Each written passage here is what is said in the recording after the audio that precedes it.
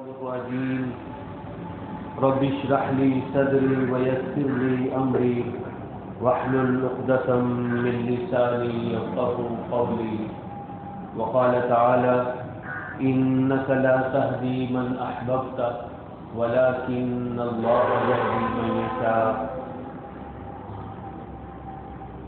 تمام قسم کی تعریفات عبادات ایک اللہ وحدہ لا شریک کے لیے، ان گنت لا تعداد درود و سلام ہو امام الانبیاء رحمۃ للعالمین صلی اللہ علیہ وسلم کی ذات گرامی پر۔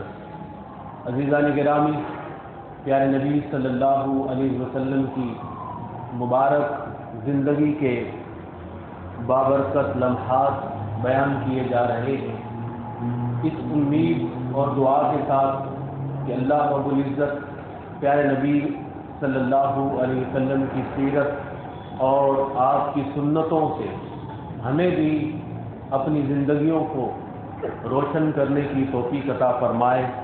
اللہ رب العزت قیامت کے دن اس محبت اور اس عمل کی بدولت ہمارے گناہوں کو معاف فرمائے۔ اللہ رب العزت نبی کریم صلی اللہ علیہ وسلم کی رفاقت عطا فرمائے۔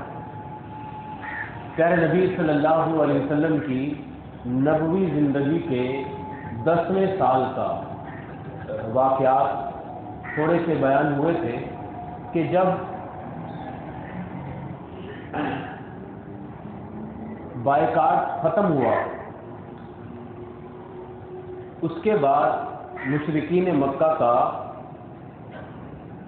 ایک بڑا وفد ابو طالب کے پاس آیا تھا کہ تم بیمار ہو گئے ہو اور دنیا سے جانے والے ہو تو ہمارا اور اپنے بھتیجے یعنی محمد الرسول اللہ صلی اللہ علیہ وسلم کا کوئی معاہدہ کرا دیجیے۔ آخری واقعہ یہی بیان کیا گیا تھا۔ تو رسول اللہ صلی اللہ علیہ وسلم نے فرمایا تھا کہ تم صرف ایک کلمہ پڑھ لو، لا الہ الا اللہ، تو سارے مسئلے سارے جھگڑے ختم ہوتے چلے جائیں گے۔ لیکن انہوں نے کہا نہیں، اجعل الآلہۃ الہ واحدہ، ایسا نہیں ہو سکتا کہ اتنے سارے معبودوں کو چھوڑ کر ہم ایک اللہ کی عبادت کرنے لگ جائیں۔ اس کے فوراً بعد ابو طالب جو نبی کریم صلی اللہ علیہ وسلم کے چچا بھی تھے، سرپرست بھی تھے، بچپن ہی سے پرورش بھی کرنے والے تھے، مددگار بھی تھے، بازو بھی تھے، وہ مرض الموت میں مبتلا ہو جاتے ہیں۔ مورخین بیان کرتے ہیں کہ رسول اللہ صلی اللہ علیہ وسلم ان کے پاس جاتے ہیں اس امید سے کہ ان کو آخری لمحات کے اندر میں کلمے کی تلقین کرتا ہوں، شاید اللہ رب العزت نے ان کی قسمت میں ہدایت لکھی ہو۔ تو ابو جہل اور ایک اور مشرک سردار ابو طالب کے پاس پہلے ہی سے بیٹھے ہوئے تھے۔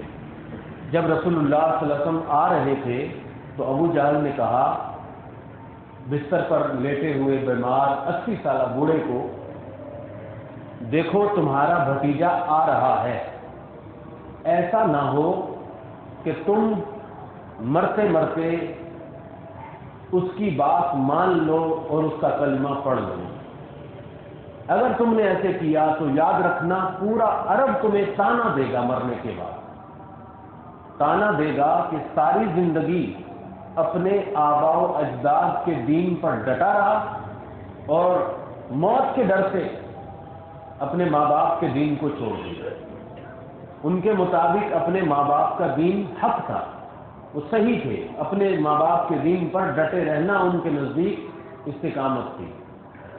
تو اس بات پر انہیں اتنا ابھار دیا کہ جب نبی کریم صلی اللہ علیہ وسلم قریب آئے، آ کر اپنے چچا سے درخواست کی، اے عمی، اے میرے چچا جان، قل لا الہ الا اللہ فی اذنی، آپ برائے مہربانی میرے کان میں ہی کم از کم لا الہ الا اللہ پڑھ دیں۔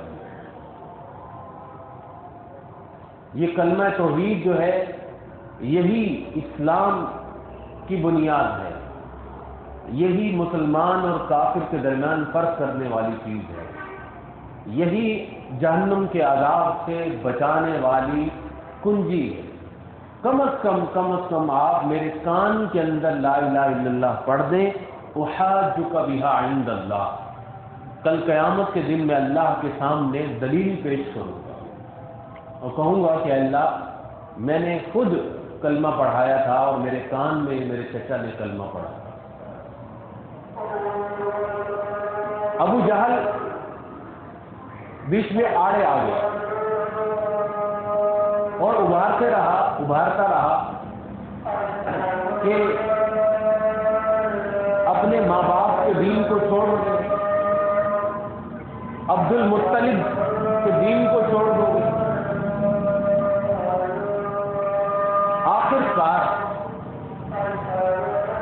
آخری بات اور آخری جملہ جو ابو طالب کے منہ سے نکلا وہ یہ تھا کہ نہیں، میں اپنے والد عبد المطلب کے دین پر جا رہا۔ اس کے بعد وہ دنیا سے چلے جاتے۔ پیارے نبی صلی اللہ علیہ وسلم نے فرمایا لَأَسْتَغْفِرَنَّ لَكَ مَا لَمْ أُنْهَ،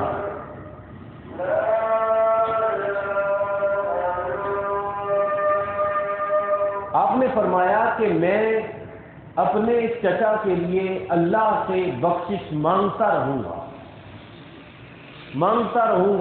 ما لم انہا، جب تک اللہ تعالیٰ مجھے منع نہیں کر دیتا۔ یہ صحیح بخاری کی حدیث ہے۔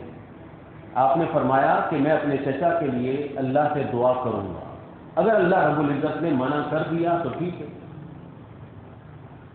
اسی عرصے کے بعد قرآن کریم کی یہ آیتیں نازل ہو گئی، ما کان للنبی والذین آمنوا ان یستغفروا للمشرکین، اور یہ قانون قیامت تک کے لیے قائم ہو گیا کہ نہیں، کسی نبی کو اجازت نہیں ہے اور کسی ایمان والے شخص کو بھی اجازت نہیں ہے کہ وہ مشرکین کے لیے دعائے استغفار کریں، اللہ رب العزت سے دعا مانگیں اور ان کی بخشش کے لیے دعا کریں۔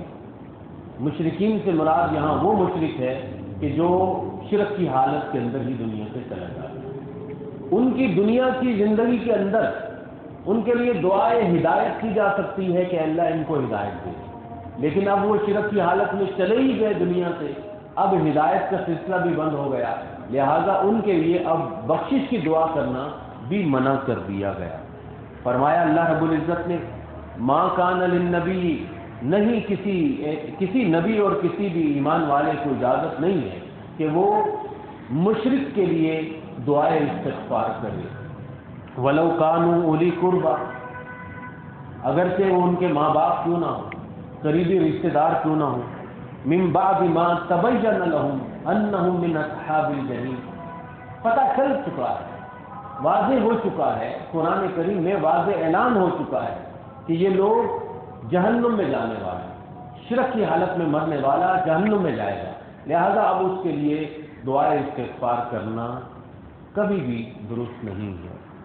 کلمہ توحید کی اتنی زیادہ اہمیت ہے کہ مرتے وقت بھی اگر کلمہ پڑھ لیا، پوری زندگی شرک پر گزری تھی تو وہ ایک دلیل بن جاتا ہے جہنم سے آزادی۔ کیا نبی صلی اللہ علیہ وسلم نے فرمایا کہ جب جہنمیوں کو ان کے جرائم اور ان کے گناہوں کی بنا پر جہنم میں ڈال دیا جائے گا تو اللہ رب العزت ایک وقت کے بعد اعلان فرمائیں گے کہ اخرجوا من فی النار، جہنم سے ان لوگوں کو نکالو جن لوگوں نے بھی لا الہ الا اللہ پڑھا، جن کے دل میں ادنا ذرے کے برابر بھی ایمان ہے، مطلب کوئی بھی نیکی نہیں تھی ان کی، بس لا الہ الا اللہ محمد رسول اللہ پڑھا تھا، ان کو بھی جہنم سے نکال دیا جائے۔ تو جہنم سے آزادی کا پروانہ بھی یہ کلمہ بنتا ہے۔ اس کلمے کی اہمیت کو آپ اندازہ لگائیں اور کوشش کیا کریں کہ کبھی زندگی کے اندر کوئی بھی ایک غیر مسلم کو کلمہ توحید پڑھا دے کم از کم کلمہ توحید۔ اور جو لوگ جو اہل ایمان غیر مسلموں کو توحید کا کلمہ پڑھاتے ہیں، لا الہ الا اللہ محمد رسول اللہ پڑھا رہے ہوتے ہیں، ان کی زندگیاں انتہائی قیمتی ہوتی ہیں، وہ سب سے بڑا دنیا میں کارنامہ انجام دے رہے ہیں۔ مشہور ہے کہ روزانہ دنیا میں 1 لاکھ سے زیادہ لوگ مرتے ہیں، دنیا کے اندر جو لوگ مرتے ہیں وہ 1 لاکھ سے زیادہ ہوتے ہیں، اور 50% تو کم از کم غیر مسلم ہوں گے۔ روزانہ 50-60 ہزار بندے جہنم کا ایندھن بن جاتے ہیں، کلمے کے بغیر دنیا سے چلے جاتے ہیں۔ اور یہ دعوت مسلمانوں نے دنیا کو پیش کرنی تھی، کلمہ توحید کی، لیکن مسلمان آپس کے اندر اتنے اختلافات کے اندر ڈوب گئے، ایک دوسرے کو کافر قرار دینے لگ گئے کہ انہیں اس کلمہ توحید کو دنیا کے سامنے پیش کرنے کی جو ذمہ داری اللہ رب العزت نے دی تھی اس سے بھی وہ غافل ہوتے چلے جا رہے۔ پیارے نبی صلی اللہ علیہ وسلم کو منع کر دیا گیا کہ مشرک کے لیے دعائے استغفار نہیں۔ پھر اللہ رب العزت نے یہ آیت بھی نازل فرمائی کہ اِنَّكَ لَا تَهْدِي مَنْ أَحْبَبْتَ، اے حبیب صلی اللہ علیہ وسلم، جسے آپ چاہیں پسند کریں اسے آپ ہدایت نہیں دے سکتے، وَلَٰكِنَّ اللَّهَ يَهْدِي مَن يَشَاءُ، ہدایت دینے کا ذمہ اللہ رب العزت کا، اللہ تعالیٰ جسے چاہتا ہے ہدایت دے دیتا ہے۔ اس کا سادہ سا معنی 2 جملوں کے اندر میں سمجھانا چاہتا ہوں کہ کیا مطلب۔ پیارے نبی صلی اللہ علیہ وسلم کا تو کام ہی ہدایت دینا تھا، آپ کا تو مشن ہی کہ آپ ہادی عالم ہیں، دنیا کو ہدایت دینے کے لیے آئے تھے، اور یہاں اللہ رب العزت فرما رہے ہیں کہ آپ جسے چاہیں گے ہدایت نہیں دے سکتے۔ تو ہدایت کے 2 مطلب ہوتے ہیں۔ ایک ہدایت کا مطلب یہ ہے کہ راستہ دکھانا۔ مثال کے طور پر کوئی شخص پوچھے کہ میں صدر جانا چاہتا ہوں، کیسے جاؤں؟ تو آپ اسے راستہ دکھا سکتے ہیں، اس طریقے سے آپ چلے جائیں، یہاں سے آپ مڑیں گے، آپ کو سامنے منزل مل جائے گی۔ اور دوسرا ایک اور راستہ دکھانے کا مطلب یہ ہوتا ہے کہ آپ اس کا ہاتھ پکڑیں اور اس کو اس کی منزل پر پہنچا کر آ جائیں۔ یہ دونوں راستہ دکھانے کا مطلب ہوتا ہے۔ ہدایت کے بھی 2 معنی ہیں، ایک ہے کہ آپ نے راستہ دکھا دیا کہ دین اسلام یہ ہے، توحید یہ ہے، کفر یہ ہے، شرک یہ ہے، جنت کو جانے والا راستہ یہ ہے، جہنم کو جانے والا راستہ یہ ہے۔ یہ تو نبی کریم صلی اللہ علیہ وسلم کا کام تھا، لیکن اب اس جنت تک پہنچانا یہ اللہ رب العزت کا کام ہے۔ جنت عطا فرمانا، منزل مقصود تک پہنچانا یہ اللہ رب العزت کا کام ہے۔ تو منزل مقصود تک پہنچانا، جنت تک پہنچانا، جنت پر چلنے کی، جنت کے راستے پر چلنے کی توفیق دینا یہ اللہ رب العزت کا کام ہے۔ ہدی للناس، آپ لوگوں کو ہدایت دیتے تھے، لوگوں کو راستہ دکھاتے تھے، لیکن اس منزل تک پہنچانا یہ اللہ رب العزت نے فرمایا کہ میرا کام ہے۔ راستہ آپ نے دکھا دیا، قرآن پڑھ کے آپ نے سنا دیا، دین کی طرف آپ نے دعوت دے دی، لیکن اب اس کو قبول کرنے کی توفیق دینا یہ اللہ رب العزت کا کام ہوتا ہے۔ اسی لیے بندے کو چاہیے کہ وہ ہمہ وقت دن میں 20 مرتبہ اللہ رب العزت سے بار بار یہ دعا مانگتا رہے کہ اہدنا الصراط المستقیم، اے اللہ مجھے سیدھے راستے پر چلا، سیدھے راستے پر چلا۔ 2 معنی ہیں کہ اے اللہ مجھے سیدھا راستہ دکھا بھی، پھر اے اللہ مجھے سیدھے راستے پر چلنے کی توفیق بھی عطا فرما، اے اللہ پھر مجھے صراط مستقیم میری منزل تک پہنچا بھی تو، سارا کام ہی تیرا ہے۔ اے اللہ مرتے دم تک مجھے ہدایت پر چلنے کی توفیق بھی تو ہی عطا فرما۔ تو اس واقعے کے بعد صحیح بخاری کی کچھ اور احادیث بھی ہیں جس میں نبی کریم صلی اللہ علیہ وسلم نے ابو طالب کے بارے میں، ان کی خدمات کے بارے میں فرمایا تھا کہ ابو طالب نے جو محبت کی مجھ سے اور مجھ سے میرے ساتھ جو خدمات انجام دی ہیں، تو آپ کے چچا عباس نے ایک مرتبہ پوچھا، صحیح بخاری کی حدیث ہے کہ ابو طالب آپ کی بڑی خدمت کرتے تھے، ان کو کیا فائدہ پہنچا آپ کی؟ کوئی فائدہ پہنچے گا قیامت سے؟ پیارے نبی صلی اللہ علیہ وسلم نے فرمایا ہاں، وہ جہنم کی اچلی سطح پر ہوں گے، جہاں پر جہنم کی آگ کم پہنچے گی.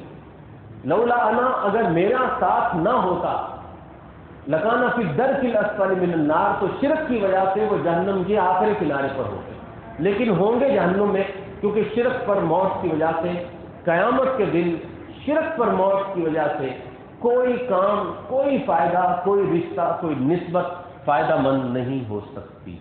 یہ ان کی وفات نبی کریم صلی اللہ علیہ وسلم کے لیے دکھ اور پریشانی کا باعث تھی، ایک سرپرست کا دنیا سے چلا جانا. لیکن کچھ ہی عرصے کے بعد ایک اور بہت بڑا غم نبی کریم صلی اللہ علیہ وسلم کی زندگی میں پیش آیا.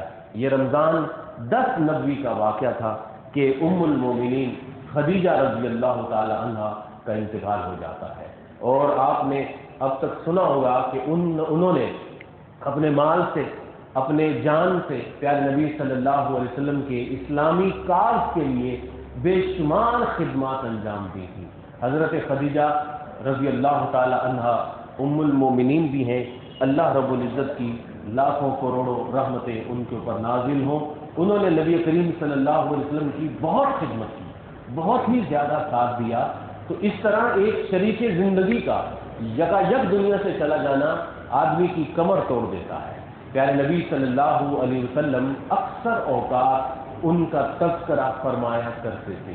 حضرت عائشہ فرماتی ہیں کہ پیارے نبی صلی اللہ علیہ وسلم فرماتے تھے کہ جب لوگوں نے میری تکذیب کی، جب لوگوں نے مجھے جھٹلایا، آمنت بھی خدیجہ مجھ پر اس وقت ایمان لے کر آئیں حین کفر بی الناس، جب لوگوں نے میرا انکار کیا. صدقتنی، خدیجہ نے اس وقت میری تصدیق کی. حین کذبنی الناس، جب لوگوں نے میرا انکار کیا، مجھے جھٹلایا، مجھے جھوٹا کہا، لیکن انہوں نے مجھے سچا کہا. اور وہ فرمایا اشرکتنی فی مالیہا، خدیجہ نے اپنے مال سے مجھے شریک کیا. حین احرمنی الناس، جب لوگوں نے مجھے محروم کیا. ورزقنی اللہ ولدہا، پھر نبی کریم صلی اللہ علیہ وسلم نے فرمایا کہ اللہ تعالیٰ نے مجھے اولاد بھی عطا فرمائی، وہ بھی خدیجہ کی ہی کوکھ سے عطا فرمائی. یہ رسول اللہ صلی اللہ علیہ وسلم اکثر ان کی ان خدمات کا تذکرہ فرمایا کرتے تھے. یہ بھی صحیح بخاری کی حدیث ہے کہ جبرائیل علیہ السلام ایک مرتبہ پیارے نبی صلی اللہ علیہ وسلم کے پاس آتے ہیں اور آ کر بتاتے ہیں کہ اللہ کے رسول خدیجہ آ رہی ہیں. جب آپ غار کے اندر ہوا کرتے تھے تو حضرت خدیجہ رضی اللہ تعالی عنہا کھانا لے کر خود دینے جایا کرتی تھی. تو فرمایا کہ خدیجہ کھانا لے کر آ رہی ہے، انہیں آپ خوشخبری دینا اور اللہ رب العزت کی طرف سے سلام کہنا، اور انہیں آپ خوشخبری دینا کہ اللہ تعالیٰ نے جنت میں ان کے لیے ایک ہیرے کا محل بنایا، ایک ہی ہیرے کا. جو محلات ہوتے ہیں، بڑی بلڈنگ ہوتی ہیں، وہ کئی ٹکڑوں سے مل کر بنتی ہیں، لیکن اللہ رب العزت نے ایک ہی موتی کا بہت بڑا محل ان کے لیے بنایا ہے، جس کے اندر کوئی بھی جوڑ نہیں ہے، اور اس محل کے اندر کوئی شور نہیں ان کو سنائی دے گا، کوئی تھکاوٹ ان کو نہیں پہنچے گی، کیونکہ رسول اللہ صلی اللہ علیہ وسلم کی صحبت میں اور آپ کی خدمت میں جو تھکاوٹ، جو پریشانیاں، جو مصائب ان کو پیش آئے، اللہ رب العزت نے دنیا میں ہی ان کو خوشخبری عطا فرمائی. اللہ اکبر. پیارے نبی صلی اللہ علیہ وسلم، یہ آپ کی سیرت بیان ہو رہی ہے، یہ ہماری زندگیوں میں آپ دیکھتے چلے جائیں، اس کو لاگو کرتے چلے جائیں. آپ ان کے لیے ساری زندگی دعائے رحمت کرتے رہے. جب ان کا ذکر آتا تھا، مدینہ کے اندر بھی پیارے نبی صلی اللہ علیہ وسلم کی شادیاں ہو چکی تھیں، بیویاں تھیں اور بے شمار صحابہ تھے، حکومت تھی، شان و شوکت تھی، لیکن جب حضرت خدیجہ کا نام آتا تھا تو آپ پر رفقت طاری ہو جاتی تھی. پیارے نبی صلی اللہ علیہ وسلم جب کبھی بکری ذبح کرتے تو کہتے تھے کہ حضرت خدیجہ کی سہیلیوں کے گھر گوشت دے کر آؤ. پھر نبی کریم صلی اللہ علیہ وسلم نے ایک مرتبہ فرمایا کہ حسن العہد من الایمان، ماضی کا زمانہ یاد رکھنا ایمان کا حصہ ہے۔ مطلب ماضی کے اندر غربت کے عالم میں کسی نے احسان کیا ہے، اس احسان کو فراموش نہ کرنا، اس کا شکر گزار رہنا ساری زندگی اور اس کے لیے دعائیں کرتے رہنا، یہ ایمان کا حصہ ہے۔ یہ آدمی کے مومن ہونے کی نشانی ہے کہ وہ غربت کے عالم میں، تنہائی کے عالم میں، لوگ جب پتھر مایا کرتے تھے، جب لوگ جھٹلایا کرتے تھے، بھوک پیاس کے عالم میں، اس وقت خدیجہ نے بڑی خدمت کی، بڑا ساتھ دیا ہے، بڑا مال خرچ کیا ہے۔ اس ماضی کی احسان کو ساری زندگی یاد رکھنا۔ اس سے یہ بھی پتہ چلتا ہے کہ نبی کریم صلی اللہ علیہ وسلم تعلقات کی سچائی اور محبت کی سچائی کو ظاہر کیا کرتے تھے۔ پیارے نبی صلی اللہ علیہ وسلم دور غربت کے اندر، دور تنہائی کے اندر ساتھ دینے والوں کے ایک ایک کام کو ساری زندگی یاد رکھتے تھے اور ان کے لیے دعا کیا کرتے تھے۔ اگر ہماری زندگی میں ہمارے ماں باپ کا کسی بھی لمحہ کوئی کردار تھا، ہماری بیوی کا کسی لمحے کوئی ساتھ اور خدمت تھی، اسے یاد رکھنا، ان کے لیے دعا کرنا، یہ ایمان کا حصہ ہے اور نبی کریم صلی اللہ علیہ وسلم کی اس سیرت کی سے حاصل ہونے والے ایک خوبصورت پہلو کا حصہ ہے۔ کسی بھی شخص کے لیے، کسی پڑوسی نے، کسی آدمی نے، کسی بھی زندگی کے موقع پر احسان کیا، اس کے لیے دعا کر دینی چاہیے اور اپنی دعاؤں میں ان کو یاد رکھنا چاہیے۔ ان کو بتانے کی ضرورت نہیں ہوتی کہ میں نے تمہارے لیے دعائیں کی ہیں، بلکہ بس ان کے لیے دعائیں کرتے چلے جائیں۔ اللہ رب العزت سارے لوگوں کو اب دعا کریں کہ پچھلے 50 سالوں سے اس مسجد کے لیے جتنے بھی لوگ آئے گئے اور ہیں، جنہوں نے ایک ایک روپیہ بھی خرچ کیا، ایک ایک منٹ بھی خرچ کیا، اللہ رب العزت ان کی زندگیوں کو برکت سے منور فرما دے۔ اللہ رب العزت ان تمام لوگوں کی زندگیوں کو روشن فرما دے۔ اللہ رب العزت ان پر رحمتیں نازل فرما دے۔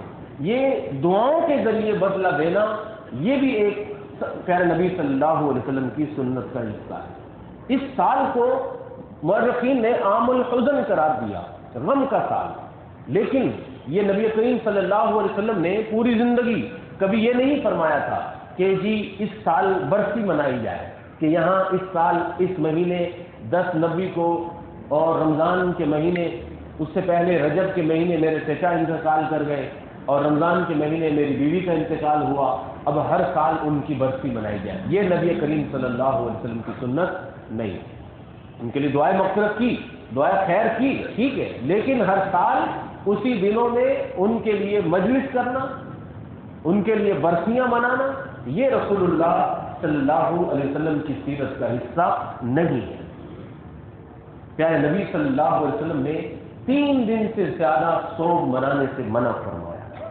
یہ جو برسیوں اور سالگرہوں کے سلسلے ہیں، یہ رسول اللہ صلی اللہ علیہ وسلم کی سیرت سے کبھی بھی حاصل نہیں ہوتے۔ آپ محبت فرمایا کرتے تھے اور سچی محبت تھی، ساری زندگی ان کے لیے دعا کیا کرتے تھے، لیکن ان کے لیے اس قسم کی برسیاں منانے کا سلسلہ یہ رسول اللہ صلی اللہ علیہ وسلم اور صحابہ کرام کی زندگیوں میں نہیں تھا۔ یہ برسیاں منانا، سالگرہ میں، یہ صرف ظاہری محبت ہوا کرتی ہے، یہ دکھلاوے کی محبت ہوا کرتی ہے، اس کا سوگ سے کوئی تعلق نہیں ہے۔ یہ پیارے نبی صلی اللہ علیہ وسلم کی سیرت کا ایک پہلو ہے جو میں یہاں بتانا ضروری سمجھتا تھا۔ پیارے نبی صلی اللہ علیہ وسلم کا غم کا سال آیا تو اس کا مطلب یہ نہیں تھا کہ اب آپ سوگ کے اندر پوری زندگی گزار، نہیں، بلکہ انہی دنوں کے بعد آپ نے اپنا اصل کام جو تھا وہ کیا تھا، دعوت اسلام، وہ جاری رکھی، وہ چلتی رہی۔ پیارے نبی صلی اللہ علیہ وسلم کچھ ہی عرصے کے بعد طائف جاتے ہیں۔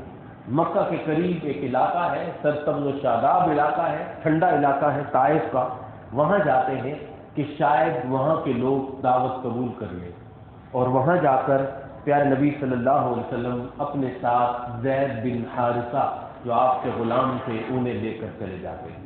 وہاں جا کر ثقیف قبیلہ تھا، بہت مشہور قبیلہ ہے ثقیف، ان کی باتیں آگے میں بتاتا ہوں، لیکن یہ ہٹ درم قسم کا قبیلہ تھا، سخت مزاج قبیلہ، پتھر دل قبیلہ تھا اور لڑائی جھگڑوں کے اندر یہ سب سے آگے ہوتا تھا، سنگ دل تھے۔ آپ صلی اللہ علیہ وسلم ان کے سرداروں کے پاس جاتے ہیں اور ان کے سرداروں کو دعوت اسلام دیتے ہیں۔ یہاں پر ایک ہمیں نقطہ حاصل ہوتا ہے کہ رسول اللہ صلی اللہ علیہ وسلم کی کوشش یہ ہوا کرتی تھی کہ کسی بھی قبیلے کے جو بڑے ہیں، سردار ہیں، کم از کم وہ سدھر جائیں، اس لیے کہ الناس علی دین ملوکہم، عوام الناس اپنے بادشاہوں کے پیچھے چلتے ہیں، لوگ اپنے سرداروں کے پیچھے چلتے ہیں۔ جس طرح ایک ایلیٹ طبقہ ہوتا ہے جو وہ کام کر رہا ہوتا ہے، نیچے والے وہی کرتے ہیں۔ اگر اس طبقے کے لوگ شرابی ہیں، بد کردار ہیں، بدکار لوگ ہیں، تو یہ برائیاں عوام الناس میں پھیلتی چلی جاتی ہیں۔ اگر اس طبقے کے لوگ دیندار ہیں اور دین سے محبت کرنے والے ہیں تو پھر یہ اچھائیاں عوام الناس میں خود بخود چلتی چلی آتی ہیں۔ پیارے نبی صلی اللہ علیہ وسلم ان سرداروں کے پاس اس نیت سے گئے تھے کہ اگر یہ سدھر جائیں گے اور اسلام قبول کر لیں گے، ان کے نیچے والوں کا اسلام قبول کرنا اور آسان ہوتا چلا جائے گا۔ لیکن انہوں نے پیارے نبی صلی اللہ علیہ وسلم کی دعوت کو ٹھکرایا، نہ مانا۔ پھر نبی صلی اللہ علیہ وسلم 10 دن وہاں رہے اور 10 دن تک دیگر سرداروں کے پاس جاتے رہے، ان کو دعوت دیتے رہے، لیکن سب نے انکار کیا، اور صرف انکار نہ کیا بلکہ حد سے زیادہ گزر گئے۔ انہوں نے اپنے اوباشوں کو، گلی محلے کے بدماشوں کو پیارے نبی صلی اللہ علیہ وسلم کے پیچھے لگا دیا کہ یہ کوئی کون ہے جو ہمیں یہ کہتا ہے کہ ایک اللہ کی عبادت کی جائے، ایک اللہ کی طرف دعوت دینے کی باتیں کرتا ہے۔ لوگوں نے آپ صلی اللہ، ان بدماشوں نے، اوباشوں نے، گلی محلے کے بچوں نے پیارے نبی صلی اللہ علیہ وسلم کے ساتھ انتہا درجے کی گستاخی کی، بدتمیزی کی، پتھر برسائے۔ ان پتھروں کو زید بن حارثہ غلام بچانے کی کوشش کرتے تھے، وہ بھی زخمی ہو گئے۔ رسول اللہ صلی اللہ علیہ وسلم بھی زخمی ہو جاتے اور وہ خون باقاعدہ بہا، پاؤں تک پہنچ گیا، اور پاؤں کی جو جوتی ہوتی تھی وہ جم گئی اس خون کے ساتھ۔ لیکن رسول اللہ صلی اللہ علیہ وسلم کسی طریقے سے اس علاقے سے نکلتے ہیں۔ 3 کلومیٹر دور ایک باغ تھا اور اس باغ میں جا کر پناہ لیتے ہیں۔ وہ ربیعہ نامی ایک عربی کا باغ تھا، اس باغ میں جا کر بیٹھ جاتے ہیں، سستاتے ہیں، سانس لیتے ہیں۔ تو ربیعہ نے دیکھا، ترس کھایا، تو اپنے ایک غلام کے ذریعے انگور بھیج دیے۔ غلام کا نام تھا عداس۔ وہ غلام آیا اور انہوں نے نبی کریم صلی اللہ علیہ وسلم کو کچھ انگور پیش کیے۔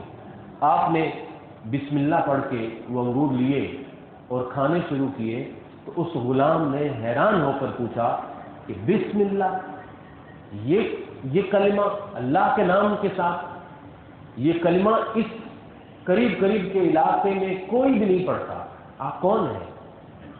میں نے پہلی مرتبہ یہ جملہ سنا ہے۔ تو رسول اللہ صلی اللہ علیہ وسلم نے فرمایا تم کون ہو؟ وہ کہنے لگا میں عیسائی ہوں، کرسچن ہوں، میں عراق کے علاقے نینوا میں رہتا ہوں، نینوا کا باشندہ ہوں۔ پیارے نبی صلی اللہ علیہ وسلم نے فرمایا نینوا کے باشندے، وہ تو یونس علیہ السلام کی بستی تھی۔ وہ اور حیران ہو گیا، اس نے کہا کہ آپ یونس علیہ السلام کو کہاں سے جانتے ہیں؟ پیارے نبی صلی اللہ علیہ وسلم نے فرمایا کہ کان اخی، وہ میرا بھائی ہے، میں نبی ہوں اور تمام نبی بھائی ہوتے ہیں۔ یونس علیہ السلام اللہ کے پیارے بندے تھے، نبی تھے، اور ہم تمام نبی بھائی ہوتے ہیں۔ اس واقعے کے بعد کہتے ہیں کہ وہ غلام بھی مسلمان ہو گیا تھا۔ اس علاقے میں تھوڑا دیر آرام کرنے کے بعد نبی کریم صلی اللہ علیہ وسلم واپس سفر پر آتے ہیں اور اس غم کے عالم میں، رنج و غم کے ساتھ آپ لوٹ رہے ہیں، اور لوٹتے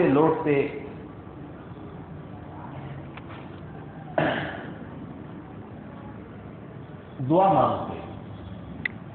اس دعا کو دعائے مستضعفین کے نام سے لکھا گیا ہے۔ اس دعا کے الفاظ بڑے حیران ہوتے ہیں کہ اللہم انی اشکو الیک ضعف حیلتی اللہم انی اشکو الیک ضعف قوتی وقلت حیلتی وہوانی علی الناس اللہم انت رب المستضعفین۔ اے اللہ میں تیری طرف شکوہ کرتا ہوں اپنی کمزوری کا، لوگوں کی اس بے عزتی کا، اس توہین کا شکوہ میں اللہ تیرے دربار میں کرتا ہوں۔ وقلت حیلتی، میری طاقت کی کمزوری کا اے اللہ میں شکوہ تیرے دربار میں کرتا ہوں۔ انت رب المستضعفین، اے اللہ تو کمزوروں کا رب ہے۔ اس واقعے سے اور اس دعا سے پتہ چلتا ہے کہ رسول اللہ صلی اللہ علیہ وسلم کی سنت یہ تھی کہ غم کے پہاڑ ٹوٹے، کچھ بھی واقعہ پیش آ جائے، آپ اپنے ان تمام غموں کا مداوع اللہ سے لینا چاہتے ہیں، آپ اپنی ان زندگیوں کی پریشانیوں کا شکوہ اللہ کے دربار میں کرتے ہیں۔ ہم انسانوں کو بھی چاہیے کہ اپنی زندگی میں آنے والے ہر غم، ہر مرد اور عورت کو چاہیے کہ جتنی بھی دکھ اور پریشانیاں ہوں، کاروباری پریشانیاں، دنیاوی پریشانیاں، مال و متاعج کی پریشانیاں، ٹوٹ پھوٹ ہو رہی ہے شہر کے اندر، لوگ بے گھر ہو رہے ہیں، کاروبار سے دور ہوتے چلے جا رہے ہیں، کیا کریں، کس سے شکوہ کریں؟ ان تمام باتوں کو اللہ کے دربار میں بھی پیش کیا جا سکتا ہے، اللہ سے دعا بھی مانگی جا سکتی ہے، لیکن اللہ رب العزت سے دعا مانگنے کا مطلب یہ ہے کہ اللہ سے ہمارا تعلق اور رابطہ ہے، وہ رابطہ کمزور اتنا ہو چکا ہے کہ یہ یاد ہی نہیں آتا کہ دعا بھی مانگنی، ادھر ادھر بھٹکتے رہتے ہیں۔ ہم لوگوں کے پاس جاتے ہیں، ان کے گلے لگ کے رونے لگ جاتے ہیں۔ عورتوں کی حالت ہو تو ہر عورت اپنے گھر کی پریشانی اور شوہروں کے معاملات کو لے کر ادھر ادھر بھٹکتی ہیں، پیروں کے پاس جاتی ہیں، لوگوں کے پاس جاتی ہیں، تعویذ چاہیے، تعویذ چاہیے، کچھ کر دو، بس کچھ کر دو، جیسے دنیا کے لوگ سب کچھ کرنے پر قادر ہیں، حالانکہ دنیا کے لوگ سب لوگ کمزور ہوتے ہیں، سب لوگ کمزور ہوتے ہیں، کچھ بھی نہیں کر سکتے۔ کس پہ تکیہ کرے؟ جن پہ تکیہ کرتے وہی پتے ہوا دینے لگ جاتے، جن پر بھروسہ کرتے وہیں سے نقصان اٹھاتے۔ لیکن وہ ایک ذات ہے جو ہمیں دنیا کے آنے سے پہلے سے خوراک دے رہی تھی اور مرتے دم تک ہمیں کھلاتی پلاتی رہتی ہے۔ شکوہ اسی کے دربار میں کیا جائے، غم اور پریشانی اسی کے سامنے پیش کی جائے۔ اللہ رب العزت کے اس رسول صلی اللہ علیہ وسلم کی اتنی غم کے عالم میں کہ زخمی ہے، مانگ رہے ہیں کہ اللہم انی اشکو علیک ضعف قوتی، اے اللہ میں کمزور ہوں تو تیرے سامنے پیش کروں گا اور کہاں جاؤں گا۔ یہ دعا میں انشاءاللہ پوری لکھ کر آپ سب کو میں بھیج دوں گا، جتنے لوگوں کو جمعہ بھیجا جاتا ہے الگ سے یہ دعا یاد کریں اور اس دعا کو اپنی دعاؤں میں شامل کریں کہ اے اللہ جو کچھ بھی ہے ہم تجھی سے مانگتے ہیں، دکھ اور پریشانی ہے میں اللہ تمہیں سے لیتا ہوں۔ پھر نبی کریم صلی اللہ علیہ وسلم جب واپس تھے اور غم کے عالم میں آ رہے ہیں، آپ کے اوپر بادلوں کا سایہ ہو جاتا ہے۔ اب اللہ رب العزت اپنی مدد بھی بھیجتا ہے، تسلی بھی دیتا ہے۔ بادلوں سے آواز آتی ہے، جبرائیل علیہ السلام نے فرمایا کہ اللہ کے رسول میرے ساتھ پہاڑوں کا فرشتہ ہے۔ یہ دنیا کی جو کچھ بھی ہو رہا ہے، دنیا کے اندر جو کچھ ہو رہا ہے، بادل آتے ہیں، بارشیں ہوتی ہیں، یہ اللہ رب العزت کی طرف سے ہوتی ہے۔ اللہ رب العزت نے ان تمام کاموں کے لیے اپنی مخلوقوں کو مقرر کیا ہے۔ تو اللہ رب العزت نے اپنی مخلوقوں میں سے ایک مخلوق پہاڑوں کے فرشتے کو بھیجا، کہا کہ اللہ کے رسول آپ حکم دیں کہ ان دو پہاڑوں کو اس بستی پر دے مارے، زلزلہ آ جائے۔ لوگ کہیں گے زلزلہ آ گیا، لیکن اللہ کے نزدیک وہ کیا ہے؟ اللہ رب العزت نے ان پہاڑوں کو دے مارا، آپ حکم دیں۔ تو نبی کریم صلی اللہ علیہ وسلم نے فرمایا کہ نہیں ایسی بات نہیں ہے، میں یہ کام نہیں کر سکتا کہ میرا انکار کیا، مجھے پتھر مارے اور میں ان تمام لوگوں کو تہس نہس کرنے کی دعا دے دوں یا بدعا دے دوں اور پہاڑوں کے ذریعے ان کی نسلوں کا خاتمہ کر دوں۔ نہیں، میرا کام نہیں ہے، میرا کام ان کو دین کی دعوت دینا تھا، وہ میں نے کر دیا۔ یہ رسول اللہ صلی اللہ علیہ وسلم کی سنت ہے کہ بم دھماکوں کے ذریعے اڑا دیا جائے، سب کو مار دو، سب کو ان کافروں کو جہنم میں بھیج دیا جائے۔ رسول اللہ صلی اللہ علیہ وسلم بھی یہ کر سکتے ہیں کہ ہے ہی مشرک اور کافر، اوپر سے مجھے انہوں نے پتھروں سے مارا بھی، لہذا ان کو تہس نہس کر دیا جائے۔ نہیں، آپ صلی اللہ علیہ وسلم نے فرمایا کہ چھوڑو، کافر ہیں، مشرک ہیں، چھوڑو ان کو، مجھے امید ہے اللہ ان کی نسلوں سے کوئی نہ کوئی بندہ نکالے گا جو کلمہ توحید کو پڑھیں گے، کلمہ توحید پڑھنے والے ہو جائیں گے۔ اور آپ کو پتا ہے کہ میں سندھ میں پیدا ہوا، آپ جو سندھ میں ہیں آپ مسلمان ہیں، مسلمانوں کی نسلوں سے ہیں، اور اس کے پیچھے کون تھا؟ کون آیا تھا یہاں پر جس نے کلمہ توحید ہندوؤں کو پڑھایا؟ وہ محمد بن قاسم تھا، اور وہ اسی بنو ثقیف قبیلے کا بیٹا تھا، اسی بنو ثقیف قبیلے کا بیٹا، جنہوں نے نبی صلی اللہ علیہ وسلم پر پتھر مارے تھے، انہی کی نسلوں میں محمد بن قاسم پیدا ہوا، اور جو یہاں پر یہ چھٹا کے ذریعے آیا اور پھر آ کر سندھ کے اندر مسلمانوں، ان انسانوں کو، ان جانوروں کو، ان مشرکوں کو کلمہ توحید پڑھا کر گیا۔ یہ رسول اللہ صلی اللہ علیہ وسلم کی اس دعا کا نتیجہ نکل گیا کہ ان کی نسلوں سے ایسے لوگ پیدا ہوں گے جو کلمہ پڑھیں گے، اور پیدا ہوئے، اور ہم نے دیکھا، اور ہم آج جو مسلمان ہیں اور رسول اللہ صلی اللہ علیہ وسلم کے لیے درود و سلام کے تحفے اور نذرانے بھیجتے ہیں، یہ رسول اللہ صلی اللہ علیہ وسلم کی انہی خدمات کے نتیجے میں، انہی دعاؤں کے نتیجے میں تھا۔ پھر نبی کریم صلی اللہ علیہ وسلم مکہ واپس آتے ہیں تو پھر بڑے بڑے معجزات اور بڑے بڑے واقعات اور آسمانوں پر جانا، معراج کے واقعے پیش آئے، وہ انشاءاللہ آئندہ جمعہ بیان کیے جائیں گے۔ اللہ رب العزت سے دعا ہے کہ اللہ تعالیٰ رسول اللہ صلی اللہ علیہ وسلم کی سیرت اور آپ کی ان سنتوں کو اپنانے اور اپنی زندگیوں کے اندھیروں سے روشنی پیدا کرنے کی توفیق عطا فرمائے۔ وآخر دعوانا الحمدللہ۔